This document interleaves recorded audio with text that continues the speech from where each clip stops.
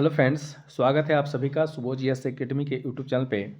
साथियों, आज के क्लास में हम लोग बायोलॉजी के सेल चैप्टर को पढ़ेंगे और ये आपका बीपीएससी टीआरई 4 या फिर 71वीं बीपीएससी, बिहार दरोगा, बिहार पुलिस, इन्हीं सारे एग्ज़ाम में, यहाँ तक कि एसएससी जीडी का जो एग्ज़ाम फरवरी में स्टार्ट होने वाला है उसमें भी आपका यहाँ से एक नए क्वेश्चन देखने के लिए मिलेगा। तो आइए हम लोग चैप्टर को स्टार्ट करते हैं। स्टार्ट करने से पहले आप सभी को मैं बताना चाहूँगा कि अगर आप लोग को मेरा यह प्रयास अच्छा लगे तो वीडियो को ज़्यादा से ज़्यादा शेयर कीजिएगा और चैनल को सब्सक्राइब कीजिएगा। तो चलिए हम लोग बात कर रहे हैं सेल, कोशिका। तो कोशिका के बारे में सबसे पहले हम लोग जानेंगे, 2-3 पॉइंट आप लोग को बताएंगे जो डायरेक्ट आपके एग्जाम में आता है। तो अगर आपसे क्वेश्चन पूछे, देखिए कोशिका जो हम लोग पढ़ रहे हैं यानी कि जंतु विज्ञान एंड जूलॉजी चैप्टर, जूलॉजी का एक चैप्टर है। और अगर आपसे क्वेश्चन पूछे कि जूलॉजी जो है, जूलॉजी के जनक कौन कहे जाते हैं, तो याद रखिएगा जूलॉजी के जो जनक हैं वो अरिस्टोटल को यानी कि अरस्तु को कहा जाता है। याद रखेंगे, क्वेश्चन आपसे पूछेगा कि जूलॉजी के जनक कौन हैं, तो कौन है? अरस्तु हैं। ठीक है। वहीं आपसे अगर दूसरा क्वेश्चन पूछे कि बोटनी के जनक कौन है, ठीक है, तो याद रखिएगा बोटनी के जनक थियोफ्रेस्टस को कहा जाता है। किसे कहा जाता है? थियोफ्रेस्टस को कहा जाता है। मैं समझता हूँ यहाँ तक आप लोग को क्लियर हो गया होगा। एक और क्वेश्चन मैं आपको बता दूं, अगर आपसे क्वेश्चन पूछे कि कोशिका का अध्ययन क्या कहलाता है, तो याद रखिएगा साइटोलॉजी कहलाता है। क्या कहलाता है? साइटोलॉजी कहलाता है। ठीक है, साइटोलॉजी। क्वेश्चन अगर आपसे पूछे कि कोशिका का अध्ययन क्या कहलाता है, तो याद रखिएगा साइटोलॉजी कहलाता है। ठीक है। और अगर आपसे क्वेश्चन ये पूछे, देखिए अब 17वीं बीपीएससी के पीटी में क्वेश्चन पूछा भी गया था। क्वेश्चन अगर आपसे पूछे कि कोशिका प्रत्येक जीवधारी की संरचनात्मक तथा क्रियात्मक इकाई होती है, तो ये भी आपसे क्वेश्चन पूछ सकता है। क्या होता है? तो याद रखेंगे कोशिका प्रत्येक जीवधारी की संरचनात्मक तथा क्रियात्मक इकाई होती है। इसके बाद एक चीज़ और याद रखिएगा कि प्रत्येक जीवधारी का जो शरीर होता है वो कोशिका से मिलकर बना होता है। अब आपके दिमाग में आ रहा होगा कि कोशिका दो प्रकार का होता है, एक जीवित और एक मृत कोशिका। तो आपके दिमाग में क्वेश्चन आ रहा होगा कि सबसे पहले मृत कोशिका का खोज किसने किया, यानी कि डेड सेल का खोज किसने किया। या फिर आपसे सवाल ये दिमाग में बन रहा होगा कि कोशिका को सबसे पहले किसने खोज की। तो याद रखिएगा रॉबर्ट हुक नाम के एक व्यक्ति थे जिन्होंने 1665 ईस्वी में, याद रखिएगा 1665 ईस्वी में मृत कोशिका का खोज किए थे। और इन्हें क्या कहा जाता है? तो रॉबर्ट हुक को फादर ऑफ साइटोलॉजी कहा जाता है। क्या कहते हैं? फादर ऑफ साइटोलॉजी या फादर ऑफ साइटोलॉजी कहा जाता है। अब आपके दिमाग में आ रहा होगा कि मृत कोशिका को क्या कहते हैं। ठीक है, तो याद रखिएगा मृत कोशिका को नेफ्रोसिस कहते हैं। क्या कहते हैं? नेफ्रोसिस। देखिए यहाँ पे हम लिख दे रहे हैं, नेफ्रोसिस कहा जाता है मृत कोशिकाओं को। क्या कहते हैं? नेफ्रोसिस कहा जाता है। ठीक है। इसके बाद एक और क्वेश्चन मैं आपको बता दूं, याद रखिएगा रॉबर्ट ब्राउन, देखिए ध्यान दीजिएगा, मैं यहाँ पे लिख रहा हूँ रॉबर्ट ब्राउन। ठीक है, इन्होंने केंद्रक का खोज किया था। और रॉबर्ट ब्राउन जो हैं, इनकी एक पुस्तक है जिसमें ये जो है कोशिका संबंधित खोज का वर्णन किए थे। और पुस्तक का क्या नाम है? तो याद रखिएगा माइक्रोग्राफिया। क्या पुस्तक का नाम है? माइक्रोग्राफिया। तो ऐसे समझिएगा कि रॉबर्ट ब्राउन ने अपनी कोशिका संबंधी खोजों का वर्णन माइक्रोग्राफिया पुस्तक में किया है। तो क्वेश्चन आपसे पूछेगा कि रॉबर्ट ब्राउन ने किस पुस्तक में अपनी कोशिका संबंधी खोजों का वर्णन किया है? तो माइक्रोग्राफिया में किया है। ठीक है। इसके बाद अब हम आते हैं जीवित कोशिका पे। तो देखिए याद रखिएगा जीवित कोशिका का खोज जो है 1674 ईस्वी में, 1674 ईस्वी में एंटोनियो लीवेनहॉक नामक वैज्ञानिक थे। उन्होंने जीवित कोशिका का सर्वप्रथम खोज 1674 ईस्वी में किया। इसलिए एंटोनियो लीवेनहॉक को फादर ऑफ बैक्टीरियोलॉजी कहा जाता है। क्या कहा जाता है? फादर ऑफ बैक्टीरियोलॉजी कहते हैं। इसके बाद अब हम आते हैं, दो और वैज्ञानिक थे, का नाम था स्लाइडेन एवं स्वान। याद रखिएगा स्लाइडेन एवं स्वान। ठीक है, स्लाइडेन एवं स्वान जो हैं, याद रखेंगे इन दोनों ने कोशिका सिद्धांत को दिया था। तो क्वेश्चन अगर आपसे पूछे कि कोशिका सिद्धांत की थ्योरी किसने दी, तो स्लाइडेन एवं स्वान ने। यानी कि इन दोनों ने कहा था कि कोशिका शरीर की सबसे छोटी इकाई है। ठीक है, तो क्वेश्चन आपसे पूछ देगा या किसने कहा था कि कोशिका शरीर की सबसे छोटी इकाई है, तो याद रखिएगा स्लाइडेन एवं स्वान ने कहा था। इसके बाद और अगर आपसे क्वेश्चन पूछे कि सबसे बड़ी कोशिका किसकी होती है, तो याद रखिएगा शुतुरमुर्ग के अंडे की। किसका? तो शुतुरमुर्ग के अंडा, याद रखेंगे शुतुरमुर्ग के अंडा जो है ये सबसे बड़ी कोशिका होती है। ठीक है। उसके बाद अगर आपसे क्वेश्चन पूछे कि सबसे छोटी कोशिका कौन होती है, तो याद रखेंगे माइक्रोप्लाज्मा। कौन होता है? माइक्रोप्लाज्मा। प्लाज्मा सबसे छोटी कोशिका कौन है? माइक्रोप्लाज्मा। सबसे बड़ी कोशिका कौन है? शुतुरमुर्ग के अंडा। इसके बाद अगर आपसे क्वेश्चन पूछ दे कि मानव में सबसे बड़ी कोशिका कौन होती है, तो याद रखिएगा ओवम। कौन होता है?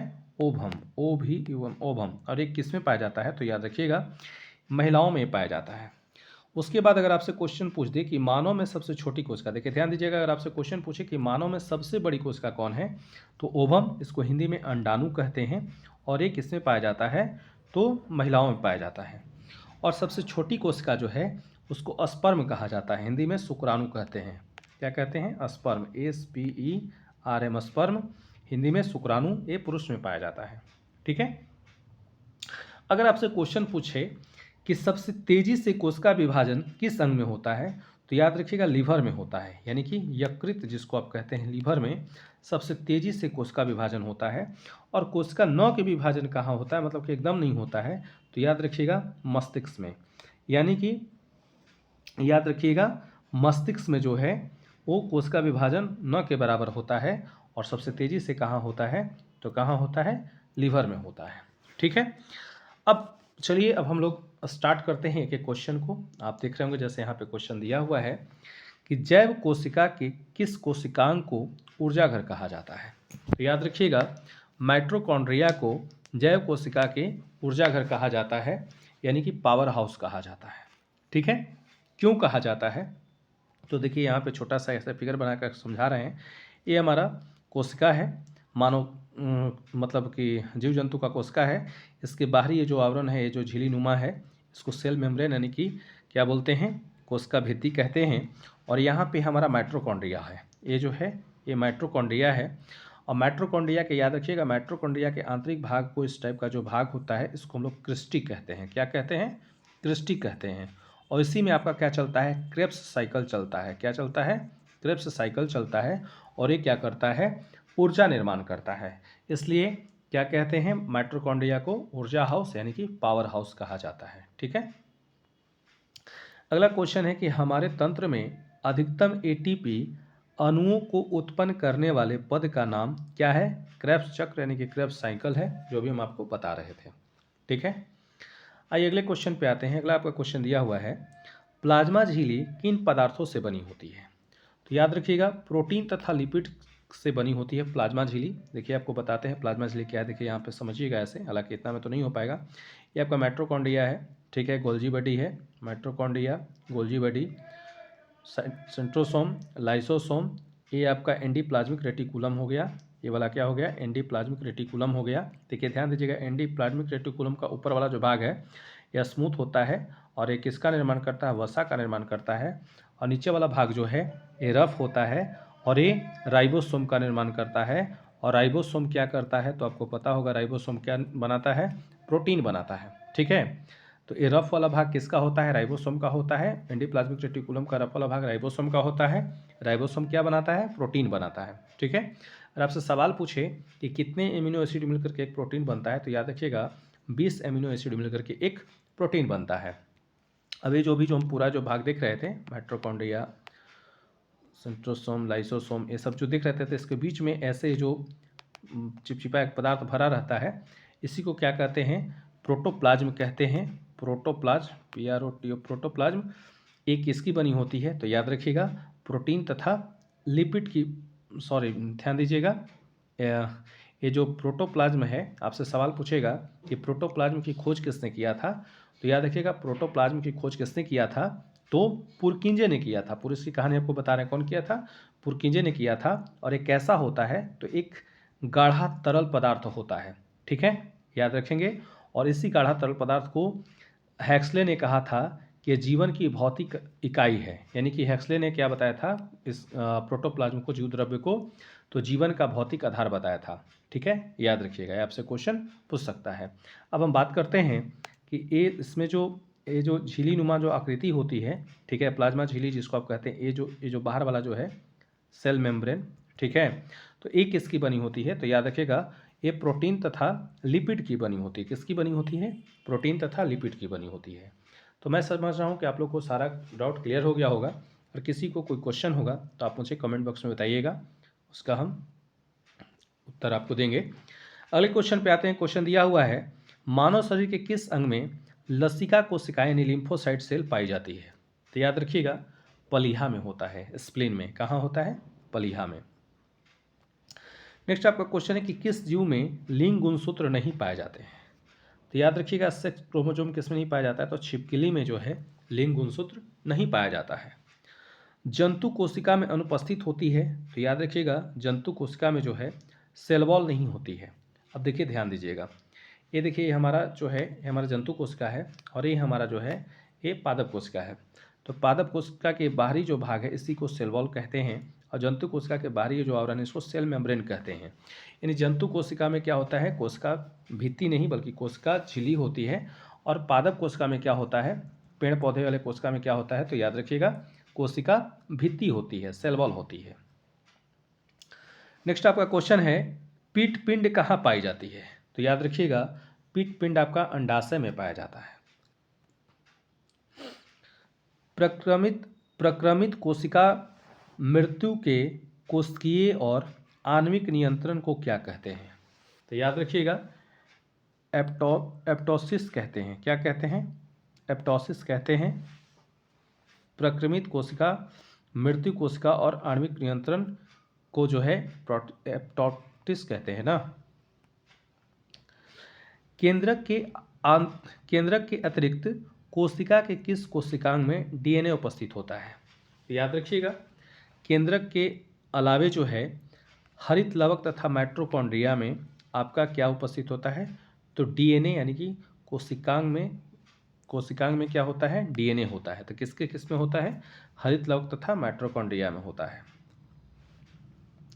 किसे कोशिका की पाचन थैली कहते हैं? तो याद रखिएगा लाइसोसोम को जो है कोशिका की पाचन थैली कहते हैं, ठीक है। इसका क्या काम है? जैसे मान लेते हैं कोई कोशिका मर चुका है, मानते हैं ये हमारी एक कोशिका है, ये मर चुका है, इसको जो है पचाने के मतलब इसको ठीक करने का काम किसका है? लाइसोसोम का है, और इसे क्या कहते हैं? पाचन थैली कहते हैं। लाइसोसोम को सुसाइडल बैग भी कहा जाता है। आपसे क्वेश्चन पूछ दे कि किसे आत्महत्या की थैली कहते हैं? तो लाइसोसोम को कहते हैं। मनुष्य के किस ऊतक में जन्म के पश्चात कोशिका विभाजन नहीं होता है?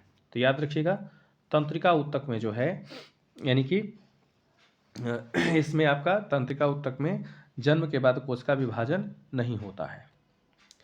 कौन सा भाग पादप तथा जंतु कोशिका में पाया जाता है? तो याद रखिएगा कोशिका झिल्ली, कोशिका द्रव्य और केंद्रक, ये तीनों जो है जंतु कोशिका और पादप यानी कि पेड़ पौधे वाले कोशिका में पाया जाता है। कौन कौन? कोशिका झिल्ली, कोशिका द्रव्य और केंद्रक। हाइपरप्लासिया, आपसे क्वेश्चन पूछेगा कि हाइपरप्लासिया का क्या अर्थ है? तो याद रखिएगा कोशिका के आकार में वृद्धि होना, यानी कि हाइपरप्लासिया का अर्थ क्या है? कोशिका के आकार में जो है वृद्धि होना। जीन शब्द सर्वप्रथम किसने प्रतिपादित किया था? तो याद रखिएगा जॉनसन ने क्या दिया था? जीन शब्द को सबसे पहले दिया था। रिवर्स प्रतिलेखन की खोज किसने की थी? तो याद रखिएगा टेमिन एवं बाल्टीमोर ने, ठीक है। रिवर्स प्रतिलेखन की खोज सबसे पहले किसने की? तो टेमिन एवं बाल्टीमोर ने किया था। जब एक युग्म जीन दूसरी इकाई के प्रभाव को छुपाता है तो इस प्रक्रिया को क्या कहते हैं? क्वेश्चन आपसे पूछेगा कि जब एक युग्म जीन दूसरी इकाई के प्रभाव को छुपाता है तो इस प्रक्रिया को क्या कहते हैं? तो याद रखिएगा प्रभाविता कहते हैं। क्या कहते हैं? प्रभाविता। नेक्स्ट क्वेश्चन पे आते हैं। क्वेश्चन आपका दिया हुआ है, कोशिका का जीवित अंश जीव द्रव्य कहलाता है, यह किससे मिलकर बनता है? तो याद रखिएगा कोशिका द्रव्य केंद्रक द्रव्य से मिलकर के जो है बनता है। कौन सा कोशिकांग प्रोटीन संश्लेषण में सहायता करता है? तो याद रखेंगे राइबोसोम जो है, अभी आपको जस्ट बताए थे, देखिए फिर से आपको बता रहे हैं कि एक कोशिका है, ठीक है, सेल है, यहाँ पर हमारा क्या है? एंडोप्लाज्मिक रेटिकुलम है, ER, और ऊपर वाला जो भाग है स्मूथ होता है जो वसा का निर्माण करता है, नीचे वाला भाग रफ होता है, और अब है हमारा क्या है, यहीं पे हमारा राइबोसोम इसी में होता है। और राइबोसोम क्या करता है, तो प्रोटीन का निर्माण करता है। ठीक है, जो यहाँ पे क्वेश्चन दिया हुआ है कि कौन सा कोशिकांग प्रोटीन संश्लेषण में सहायता करता है, तो याद रखिएगा राइबोसोम। मानव शरीर में गुणसूत्रों की संख्या कितनी होती है, तो याद रखिएगा 46। कितना होता है, 46। ठीक है। कौन सा तत्व पौधों की कोशिका भित्ति की संरचना का घटक है, तो याद रखिएगा कैल्शियम। यानी कि पौधे की जो सेल वॉल होती है, ठीक है, कोशिका भित्ति जो होती है उसके संरचना का घटक कौन है, कैल्शियम है। सबसे छोटी जीवित कोशिका कौन सी है, तो याद रखिएगा माइकोप्लाज्मा है। सबसे जीवित छोटी कोशिका माइकोप्लाज्मा की होती है। किसे जीवन का भौतिक आधार माना जाता है, तो याद रखिएगा जीव द्रव्य को जो है जीवन का भौतिक आधार माना जाता है। और यह किसने कहा है, तो याद रखिएगा हैक्सले ने। किसने कहा है, हैक्सले ने कहा है कि जीवन का भौतिक आधार कौन है, जीव द्रव्य होता है। और इसका खोज, जीव द्रव्य का खोज अगर आपसे पूछे तो याद रखिएगा पुरकिंजे ने किया है। कौन सा कोशिकांग केवल वनस्पति कोशिका में ही उपस्थित होता है, तो याद रखिएगा हरित लवक। हरित लवक जो है सिर्फ और सिर्फ वनस्पति कोशिका में ही उपस्थित होता है। द्विनाम पद्धति के जन्मदाता कौन थे, तो याद रखिएगा कैरोलस लिनियस। द्विनाम पद्धति के जन्मदाता कौन थे, कैरोलस लिनियस थे। इंपॉर्टेंट क्वेश्चन है, याद रखेंगे। दो कोशिकाओं के मध्य पदार्थों का आवागमन किसके माध्यम से होता है, तो जीव द्रव्य तंतु के द्वारा होता है। कह रहा है कि दो कोशिकाओं के मध्य पदार्थों का आवागमन किसके माध्यम से होता है, तो जीव द्रव्य तंतु के द्वारा होता है।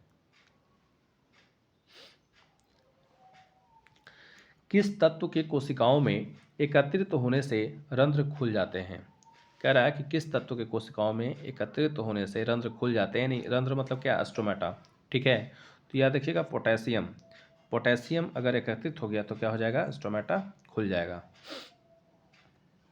किस कोशिकांग को ट्रैफिक पुलिस की संज्ञा प्रदान की गई है, तो याद रखिएगा गोल्जी बॉडी को।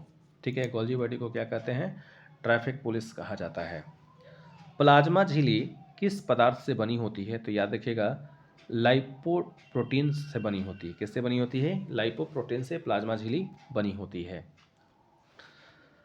प्लाज्मा झिल्ली की संरचना का यूनिट मेम्ब्रेन मॉडल किसने प्रस्तुत किया था। क्वेश्चन आपसे पूछेगा, अभी भी क्वेश्चन है कि प्लाज्मा झिल्ली की संरचना का यूनिट मेम्ब्रेन मॉडल किसने प्रस्तुत किया था, तो रॉबर्टसन ने। और कब किया था, वर्ष 1959 में किया था।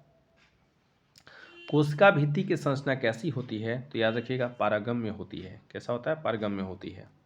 अब आइए कुछ इंपॉर्टेंट क्वेश्चन है। क्वेश्चन आपसे पूछेगा विश्व की सबसे छोटी कोशिका कौन होती है, तो याद रखिएगा माइकोप्लाज्मा गैलीसेप्टिकम की होती है। किसका होता है, माइकोप्लाज्मा गैलीसेप्टिकम की सबसे छोटी कोशिका होती है। विश्व की सबसे बड़ी कोशिका कौन होती है, तो शुतुरमुर्ग का अंडा। ठीक है। उसके बाद आपसे क्वेश्चन पूछेगा मानव शरीर में सबसे छोटी कोशिका कौन होती है, तो सेरिबेलम की गैंड्यूल सेल। कौन होती है, सेरिबेलम की गैंड्यूल सेल। उसके बाद आपसे क्वेश्चन पूछेगा मानव शरीर की सबसे बड़ी कोशिका कौन होती है, तो अंडाणु। एक किसमें पाया जाता है, केवल स्त्रियों में पाया जाता है, ओवम। ठीक है, मानव शरीर की सबसे बड़ी कोशिका। उसके बाद आपसे क्वेश्चन पूछेगा मानव शरीर की सबसे लंबी कोशिका, तो याद रखिएगा न्यूरॉन होता है। इसके बाद आपसे क्वेश्चन पूछेगा पुरुषों में सबसे छोटी कोशिका किसकी होती है, तो शुक्राणु की होती है। किसकी होती है, शुक्राणु की। इसके बाद आपसे क्वेश्चन पूछेगा सबसे बड़ी पादप कोशिका कौन होती है, तो याद रखिएगा कार्लेपोटैक्सीफोलिया। सबसे बड़ी पादप कोशिका कौन होती है, कार्लेपोटैक्सीफोलिया होती है। अब आइए लास्ट क्वेश्चन इस चैप्टर का दिया हुआ है, इसको हम लोग पढ़ेंगे। दिया हुआ है कि पुरुषों के शुक्राणु तथा महिलाओं के अंडाणु की निषेचन की क्रिया अंडवाहिनी में संपन्न होती है। ठीक है, तो आपका कोशिका से रिलेटेड जितना भी क्वेश्चन था सब हम एक ही वीडियो में समाप्त कर दिए हैं। आप लोग को मेरा यह प्रयास कैसा लगा कमेंट करके ज़रूर बताइएगा, और वीडियो को ज़्यादा से ज़्यादा शेयर कीजिएगा, चैनल को सब्सक्राइब कीजिएगा। तो चलिए फिर हम नेक्स्ट वीडियो में आप लोग से मिलेंगे। सभी को धन्यवाद।